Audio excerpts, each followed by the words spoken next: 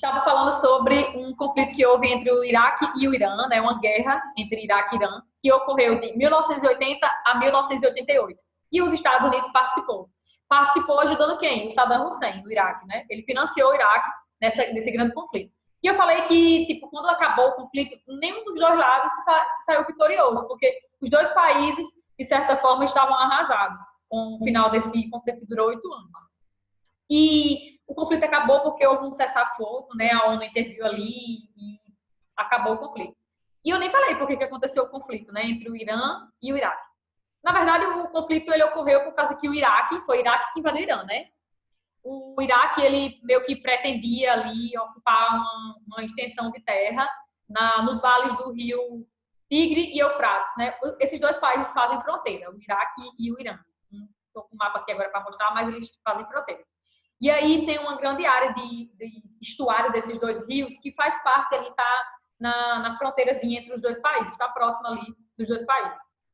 E aí o Saddam Hussein, ele meio que queria dominar essa região. Mas ele acabou que, tipo, ele conseguiu dominar, mas depois teve que devolver, né, tempo depois. Não serviu de muita coisa. Tipo assim, esses 8 anos de guerra, de conflito entre o Iraque e o Irã não serviu de muita coisa, não. Para nenhum dos dois países. Só em relação aos mortos, né? Ó, porque tem aqui, ó, um índice de mortes. Opa, peraí, ó. Deixando um saldo de mais de 700 mil mortos. Ou seja, péssimo se você era civil ou militar, né? Mas o governo em si, muitas vezes ocorre no mundo inteiro, né? Não se importa muito com as pessoas, e sim com seus ideais políticos, territoriais, econômicos, enfim. Já em 1990 vai acontecer o quê? O Iraque vai invadir o Kuwait, e isso vai dar início à Guerra do Golfo, provocando uma reação internacional. Eu falei já disso em um outro momento para vocês, foi? A ONU autorizou o uso da força, então os Estados Unidos começou a se aliar ali com alguns países próximos, e intervieram, né? Entraram ali no conflito, e foi assim que começou a Guerra do Golfo. E a Guerra do Golfo acabou quando o Saddam Hussein, ele tirou, na verdade, todas as tropas, eles foram expulsos praticamente. Tiraram as tropas de dentro do Kuwait, né? E recuaram para dentro do Iraque. Tinha ali o Saddam Hussein, ele invadiu o Kuwait com o objetivo de expandir território, de dominar porções petrolíferas no Kuwait, também porque o Kuwait tem uma saída legalzinha lá para o Golfo Pérsico, né? Enfim, tem esses motivos aí.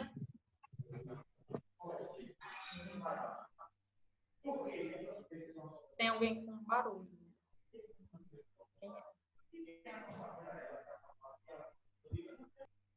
Desculpa aí. Alguém está fazendo uma coisa bem legal. Mas vamos lá, continuando. A eleição de Barack Obama, olha aí, eu disse que a doutrina Bush, ela começou em 2003, né? Então ela acaba aí quando o Barack Obama, ele chega ao poder nos Estados Unidos. A eleição do Barack Obama foi em 2008, né? Então ele chegou no poder em 2009. Começou o seu primeiro mandato em 2009 e ele passou por 2 mandatos. Foi o primeiro presidente preto dos Estados Unidos. O primeiro e, enfim, só teve ele até o momento atual. E ele foi considerado um dos melhores presidentes, inclusive, da história do país, viu? Coincidiu com a crise, a eleição dele coincidiu com a crise que houve nos Estados Unidos, que foi a crise de 2008. Você já ouviu falar nessa crise? O que é que ocasionou a crise nos Estados Unidos de 2008? Se foi parecida com a crise lá de 1929, com a quebra da Bolsa de Valores de Nova York? Alguém já pesquisou isso alguma vez? O que é que ocasionou a crise de 2008 nos Estados Unidos?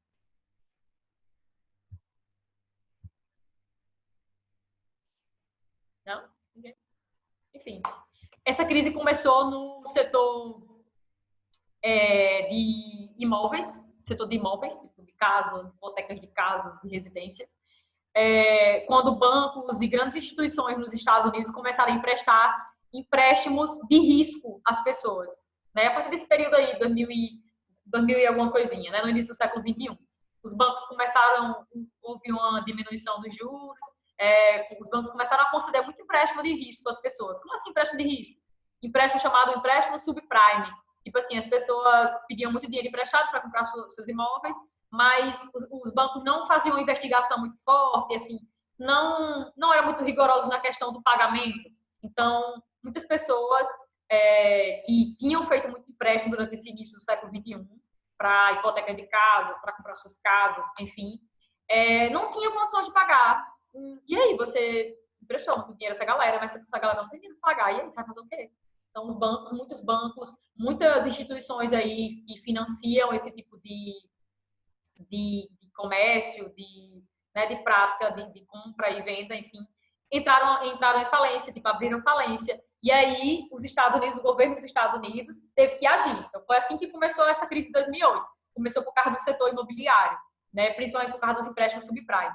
Sendo que essa crise que aconteceu lá, além de ter meio que quase faliu, e faliu sim alguns bancos, os Estados Unidos teve que, o governo dos Estados Unidos teve que apoiar muito a reabertura do país, teve que financiar o soerguimento de muitos bancos nos Estados Unidos. Mas isso foi algo que atingiu o mundo inteiro. Não foi uma crise que atingiu só os Estados Unidos. Porque quando esse país, como ele é a maior economia do mundo, e ele exerce o poder de influência global, quando eles entram em crise, o mundo inteiro que interage com esse país também, consequentemente, entra em crise. Como eu falei na outra aula, é um efeito dominó. Você bate no primeiro dominó e vai derrubando todos os outros. Então, essa crise financeira lá abalou principalmente a questão dos empregos. Houve uma diminuição drástica no número de empregos, muitas pessoas se tornaram desempregadas, houve um aumento aí considerável da pobreza no país, mas é claro que a pobreza para eles é diferente do nosso tipo de pobreza aqui, enfim. E aí o governo, para sair da crise, ele teve que investir, injetar muito dinheiro em bancos e tentar soerguer aí muitas instituições financeiras no país. Foi assim que eles conseguiram, de certa forma, alavancar a economia de novo. Mas perdurou, durou só 2008 não, né? Durou 2008, 2009, né? Durou alguns anozinhos.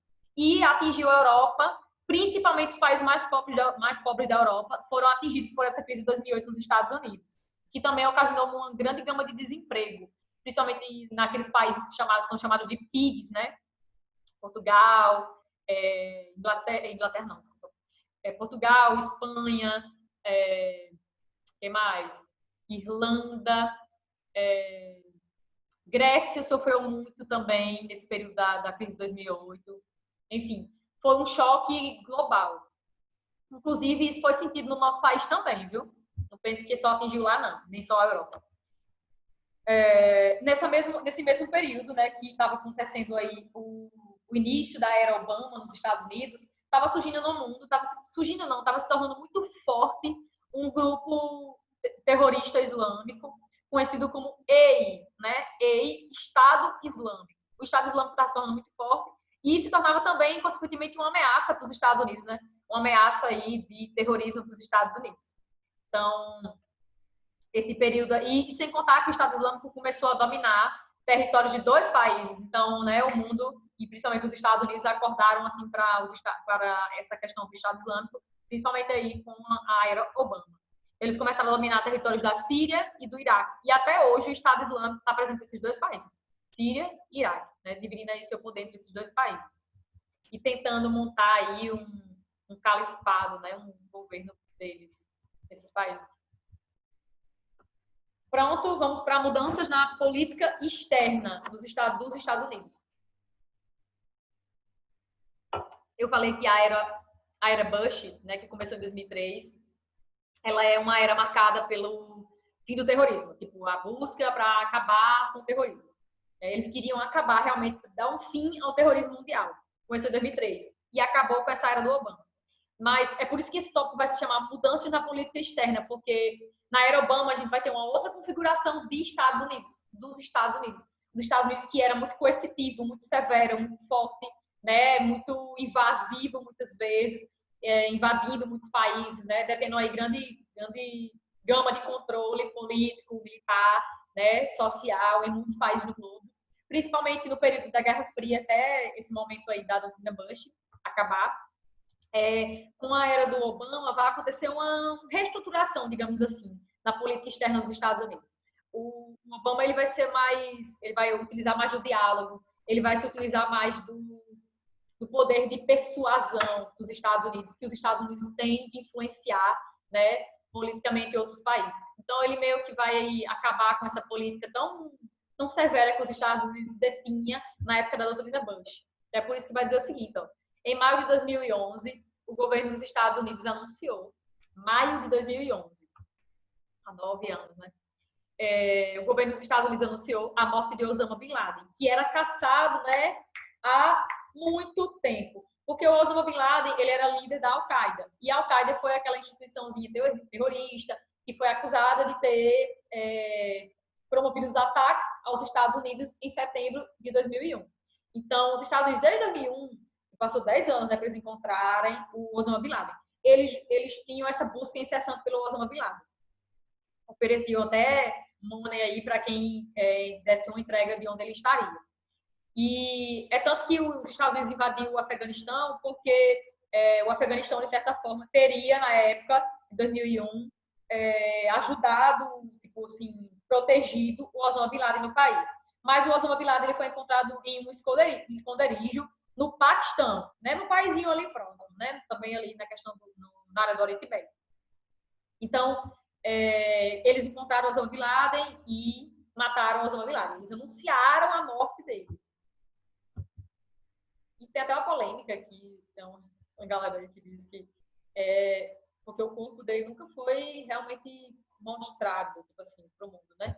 Então, existe uma polêmica que ele poderia estar vivo e os Estados Unidos estavam dizendo que ele morreu só para dizer assim, pegamos o cara que fez isso assim, assim, assim no meu país, nós somos super poderosos. Existe essa teoria da conspiração. Mas, enfim, todo prosseguimento. Nesse mesmo ano, ou seja, no ano de 2011, o Barack Obama, que já estava no poder nos Estados Unidos, concretizou a retirada das tropas estadunidenses do Iraque.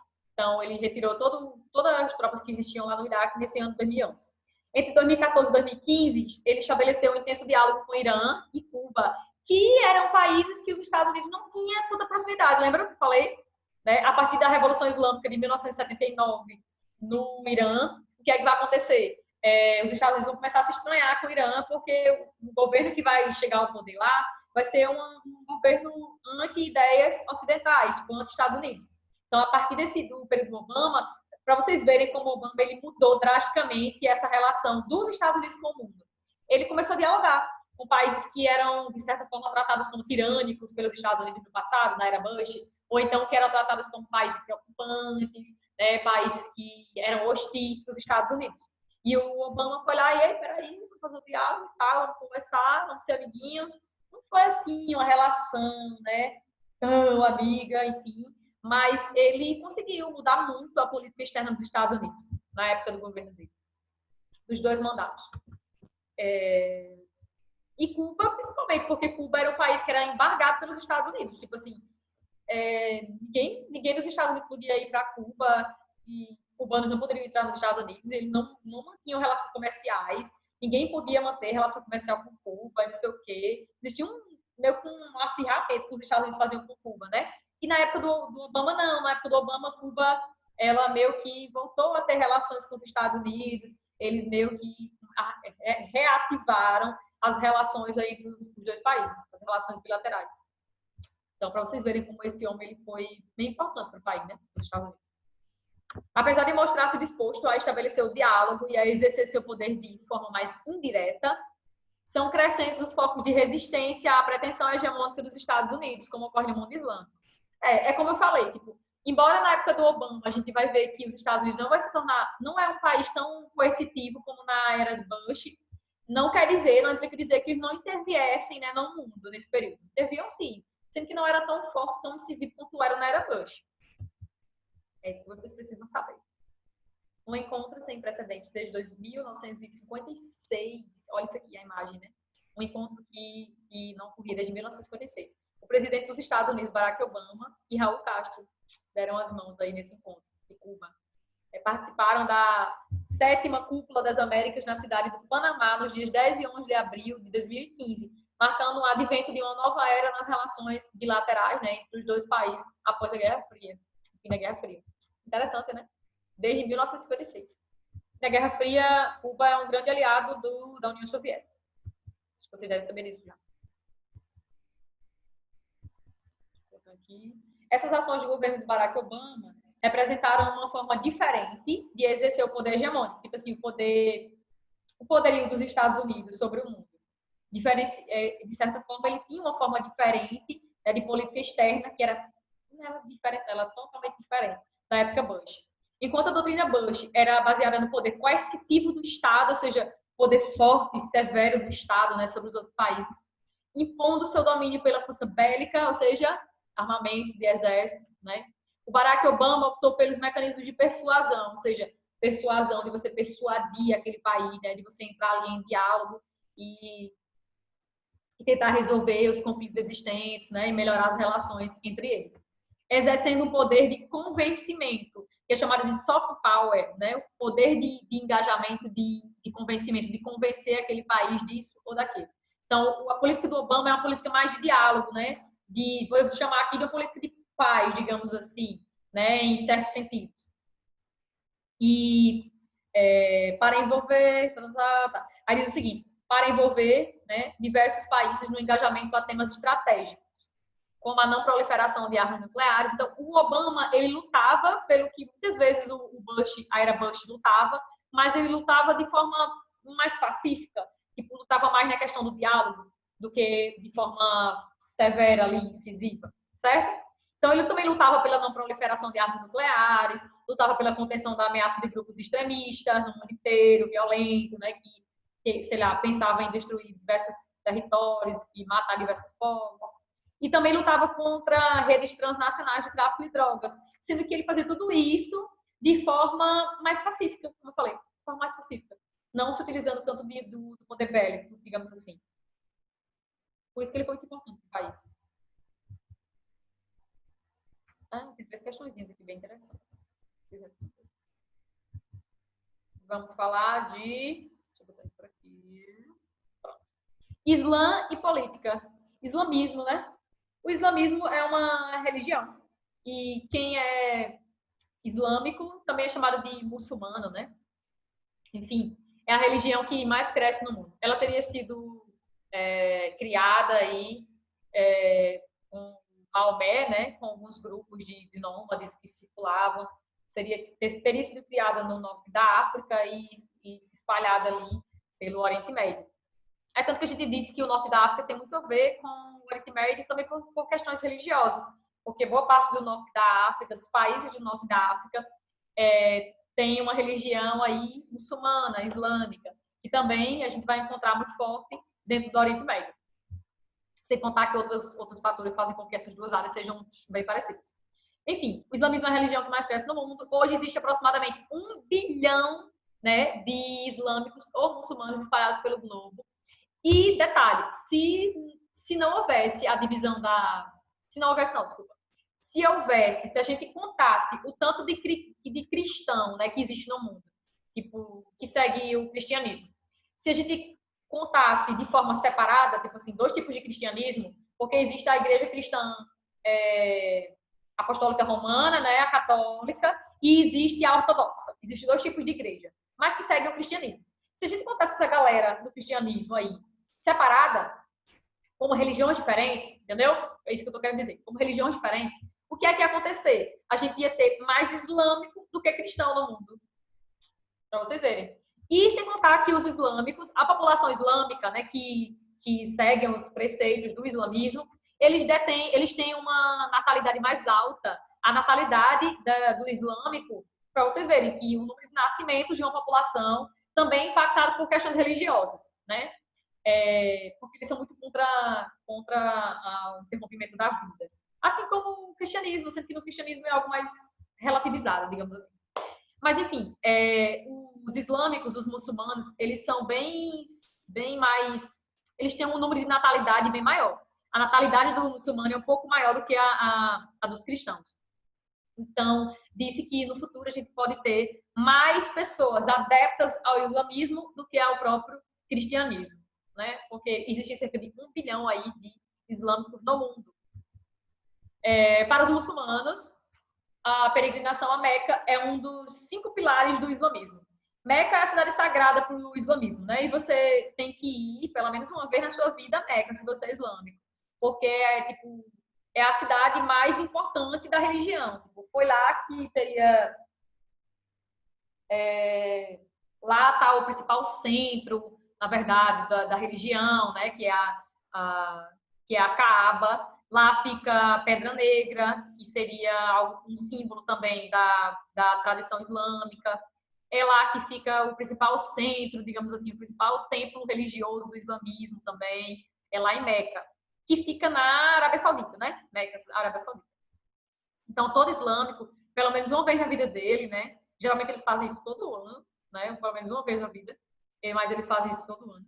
Eles peregrinam em rumo a Meca, tipo, vai até a Meca, cidade de Meca, cidade sagrada. E outra coisa é que, se você não está em Meca, tipo assim, eu sou islâmico, mas eu moro no Brasil. Então, toda vez que o islâmico ele vai orar, né, ele ora algumas vezes ao dia, geralmente são 5 vezes ao dia. Enfim, ele ora em direção a Meca. O islâmico, ele sabe exatamente a direção de Meca.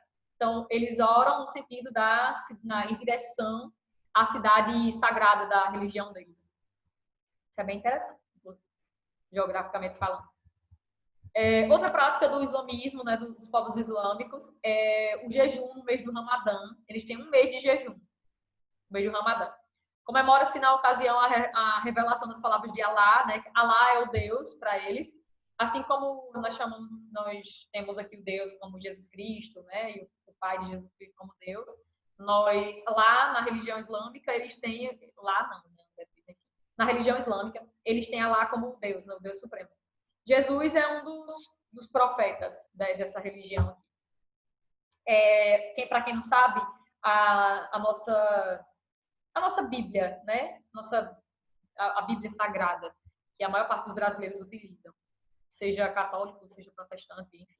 A Bíblia Sagrada, ela também é, de certa forma, sagrada para o islamismo, certo? O cristianismo o islamismo e o judaísmo são religiões que surgiram ali naquela região do norte da África e do Oriente Médio, né? Principalmente o Oriente Médio. Estou falando do norte da África por causa do islamismo. E aí, sim, aí eles fazem o mês do Ramadã, eles fazem um jejum, o mês inteiro do Ramadã. Eles seguem o Deus Alá e o seu principal profeta, que é Maomé. E, na verdade, Maomé, ele teria escutado, através do anjo Gabriel, né, os preceitos do Corão, né, e passado isso para os povos. Uma coisa que a gente precisa saber é que nem todo árabe é muçulmano e nem todo muçulmano é árabe, isso é um meio mito, né? Vamos ver já lá na frente um exemplo aí de um país que tem muita gente que é muçulmana, mas tipo, não tem maioria árabe. Então, nem todo muçulmano é árabe, nem todo árabe é muçulmano. Isso é meio que um mito, uma fake news. Então, assim, eles têm um livro sagrado também. Eles seguem o Corão, ou ao Corão, é o livro sagrado deles. Sintetiza todas as leis, né, da vida religiosa, política e social do povo islâmico.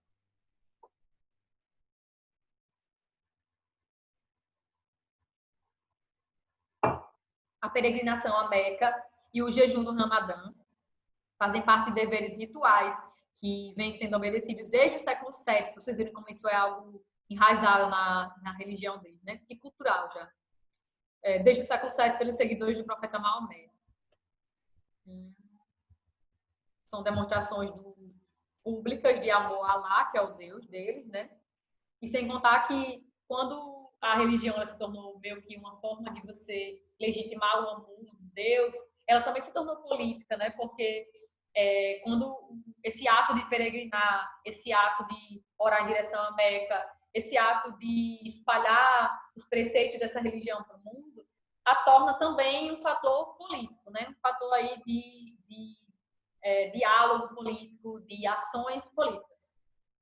Porque política tem a ver com decisão, né? Isso é uma decisão. Faz parte da doutrina islâmica a ideia de que o muçulmano deve expandir sua fé pelo mundo. Então, como é que ele expande sua fé pelo mundo? Através da peregrinação, através da fala, através, enfim, do culto ao Deus Alá, exatamente. Aqui, ó, todos os anos, milhões de peregrinos dirigem-se a Meca e visitam o Harã, né? Esse enorme templo aqui, ó, religioso. Olhe o tanto de gente, tá vendo? Recentemente estavam divulgando algumas imagens desse grande templo aqui, né, em Meca. E, como por causa da pandemia, as pessoas não podiam visitar, né? Não podiam estar lá presentes. Enfim, estava tipo quase vazio. Ainda tinha algumas pessoas, mas estava quase vazio. Mas normalmente é assim, ó. E principalmente no mês do Ramadã, é bem importante para eles. Aqui a grande mesquita de Caiurão, na Tunísia. Uma mesquita é um templo religioso para eles, né? Na Tunísia. Representada na foto, foi reconstruída no século IX e constitui um dos principais monumentos do Islã, além de ser uma obra-prima da arquitetura mundial. Também é outro local de grande influência global para o islamismo, na Tunísia. Tunísia fica onde? Nortezinho ali da África, né? Continente africano. Aí vamos falar agora da divisão do Islã. Existem duas grandes seitas religiosas, vou dizer seita, que é uma seita mesmo, religiosas dentro do islamismo. Existem os sunitas, que são islâmicos, também são chamados de muçulmanos, e existem os xiitas, que são islâmicos, muçulmanos, também chamados, né, de islâmico ou muçulmano. Essas duas seitas, elas têm, de certa forma, elas formam duas seitas diferentes dentro de uma mesma religião, porque eles defendem ideais diferentes. Embora os dois sejam islâmicos, grupos islâmicos, né, seguem o islamismo, o Corão, né, o livro sagrado do Corão, eles cultuam o Alá como o único Deus, né, o Maomé como o único profeta, enfim, o único profeta não, o principal profeta, digamos assim.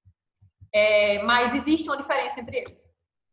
E essa diferença, ao longo do ano, vem provocando alguns conflitos entre essas duas seitas. Por exemplo, a guerra entre o Iraque e o Irã, que eu falei agora há pouco, né, de 80 a 88, foi um conflito também desse ponto de vista, né, entre os xiitas e os sunitas. Os sunitas, eles são tidos como povos menos radicais e os xiitas como povos mais radicais. Mas, tipo, isso não quer dizer nada. Isso é o que muitas vezes a gente encontra na internet, mas você vai encontrar muito grupo terrorista, grupo islâmico, sunita, que eles dizem que é um grupo mais de boa, digamos assim, menos radical. Mas vocês vão encontrar sunita muito radical. Tipo assim, sunita bem hardcore, vocês vão encontrar no mundo inteiro. Inclusive, salvo engano, o Estado Islâmico, eles são de maioria sunita. Tipo assim, dessa seita que não é tão radical, para vocês verem. Desde a morte de Maomé, no ano de 632 depois de Cristo, século 7, né, depois de Cristo, os muçulmanos passaram a viver um dilema. Que dilema? Como se deveria escolher o califa? O califa seria o sucessor de Maomé, né? Se ele agisse injustamente, deveria ser desobedecido ou deposto do poder. E aí surgiram essas duas grandes seitas, os sunitas e os xiitas. Os sunitas, eles não defendem que o califa, né, ele tem que ser alguém realmente descendente do profeta Maomé. Mas já os xiitas, eles defendem que a pessoa que deve ser um califa tem que ser realmente uma pessoa descendente ali da família do Maomé, porque se não for, a gente sabe, não aceita, não quer, enfim. Eles são mais, por isso que a gente diz que os xiitas são mais radicais.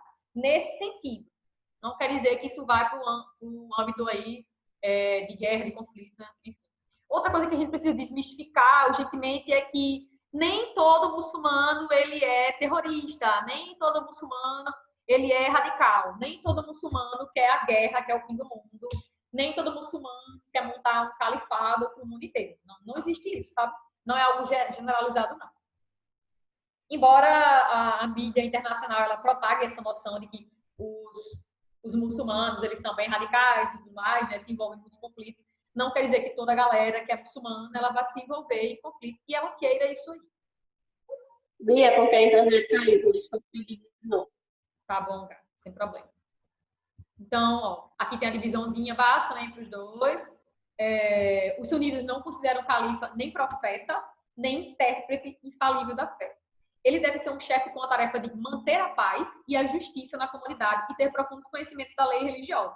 Então, tipo, o califa, ele tem sua pessoa boa, certo? Para manter a paz e a justiça ali entre eles.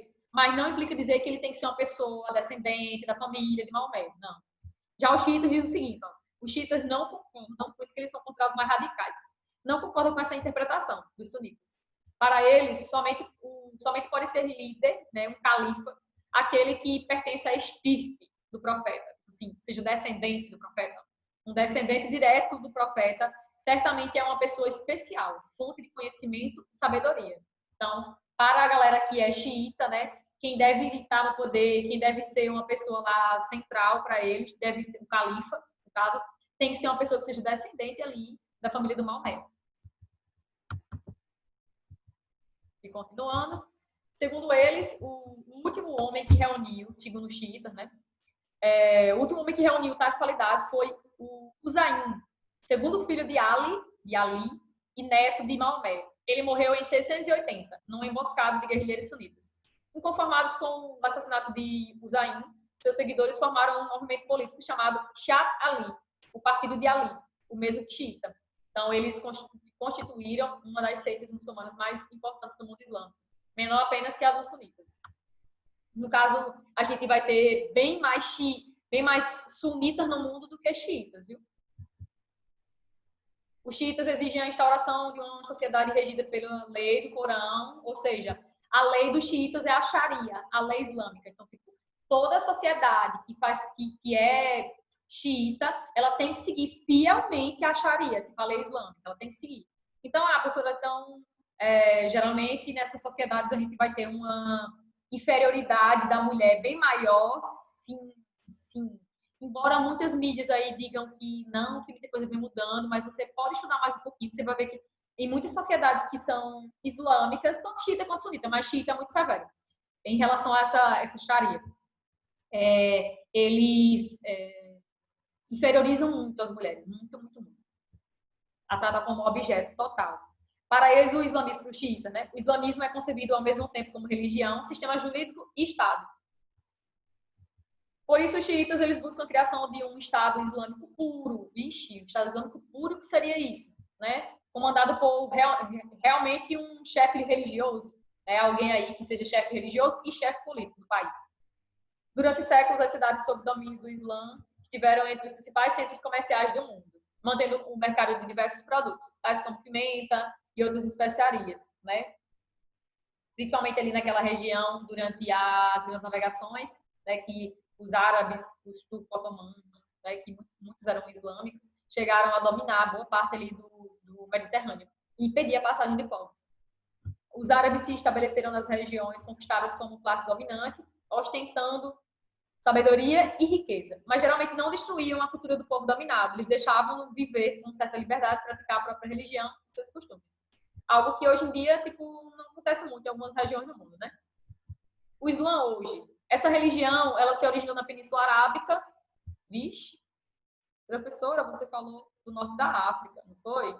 Por que a gente está falando da Península Arábica? Porque realmente a religião islâmica, ela se torna forte, né? Se torna ali uma religião significativa na região da Península Arábica, do Oriente Médio. Mas já existiam muitas tribos de povos no norte da África que ficavam peregrinando por ali. E é por isso que eu falei do norte da África.